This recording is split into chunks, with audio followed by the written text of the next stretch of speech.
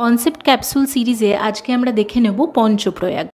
প্রথমে দেখছি বদ্রীনাথ থেকে বিষ্ণুগঙ্গা এবং নীতিপাস থেকে ধৌলিগঙ্গা যেখানে এসে মিলিত হচ্ছে সেই জায়গাটির নাম হলো বিষ্ণুপ্রয়াগ। বিষ্ণুপ্রয়াগ থেকে উদ্গম হচ্ছে অলকানন্দার এবং নন্দাকিনী যেখানে এসে অলকানন্দায় মিশছে সেই জায়গাটির নাম হলো নন্দপ্রয়াগ। আরেকটু এগিয়ে এসে পিণ্ডারি যেখানে অলকানন্দায় এসে মিলিত হচ্ছে সেই জায়গাটির নাম হলো কর্ণপ্রয়াগ এবং কেদারনাথ থেকে উদ্গম হওয়া মন্দাকিনী যখন অলকানন্দায় এসে মিশছে সেই জায়গাটির নাম হলো রুদ্রপ্রয়াগ। পর্বতাঞ্চল থেকে আমরা যদি আরেকটু নিচে নেমে আসি তাহলে দেখব গঙ্গোত্রী থেকে উদ্গম হওয়া ভাগীরথী নদী অলকানন্দায় যেখানে এসে মিলিত হচ্ছে সেই জায়গাটির নাম হলো দেবপ্রয়াগ এবং সর্বশেষ দেবপ্রয়াগ থেকে উদ্গম হচ্ছে গঙ্গা নদী। এখানে মনে রাখার মতন বিষয় হলো পঞ্চপ্রয়াগের প্রত্যেকটি প্রয়াগই উত্তরাখণ্ডে অবস্থিত। আশা করি এরপর থেকে পঞ্চপ্রয়াগ প্রশ্ন আসে সেগুলো আর ভুল হবে না। যদি ভিডিওটি ভালো লেগে থাকে তাহলে পজ করে প্রয়োজন হলে একটা স্ক্রিনশট নিয়ে রাখতে পারো এবং চ্যানেলটি অবশ্যই সাবস্ক্রাইব করো।